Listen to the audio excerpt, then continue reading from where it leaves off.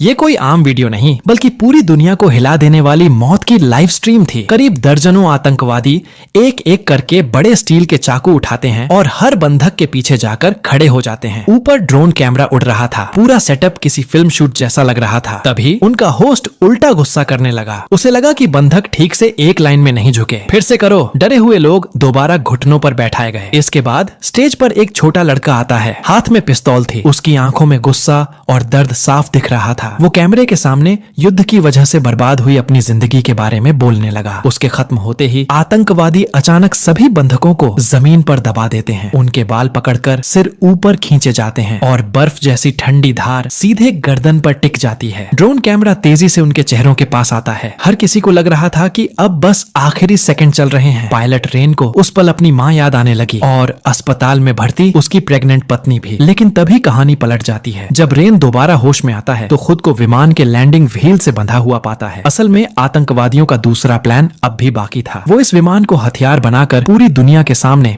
एक और बड़ा हमला करना चाहते थे और उस मिशन के लिए उन्होंने रेन को चुना था ताकि वो कोई चाल न चल सके। उसके शरीर पर बम वाली जैकेट बांध दी गई। साथ ही निगरानी के लिए एक खूबसूरत को पायलट भी बैठा दी गई। उधर बाकी जिंदा बंधकों को लोहे के पिंजरों में बंद कर दिया गया। फिर उन्हें रस्सियों के जरिए विमान के अंदर लटका कर पहुंचाया गया। जैसे ही सारे कैमरे ऑन हुए दूसरी मौत की लाइव स्ट्रीम शुरू हो गई। इस बार खुद आतंकियों का सरगना होस्ट बनकर सामने आया। अपना खौफनाक भाषण देने के बाद वो काले घोड़े पर बैठकर कैमरे के सामने स्टाइल मारने लगा। रेन उसकी तरफ देख रहा था। खून से सना वो आदमी खुद को किसी राजा से कम नहीं समझ रहा था। बस वहीं रेन के अंदर का गुस्सा फूट पड़ा। उसने तय कर लिया, मरना पड़ा तो मरेगा, लेकिन इन लोगों को चैन से जीतने नहीं देगा। उसने दांत भींचे और अचानक पूरी ताकत से विमान स्टार्ट कर दिया। इंजन की तेज आवाज सुनते ही पास बैठी को पायलट घबरा गई। वो तुरंत उसे रोकने के लिए आगे बढ़ी, लेकिन रेन उस वक्त रुकने वाला नहीं था और ताकत में वो लड़की उसके सामने टिक ही नहीं पाई।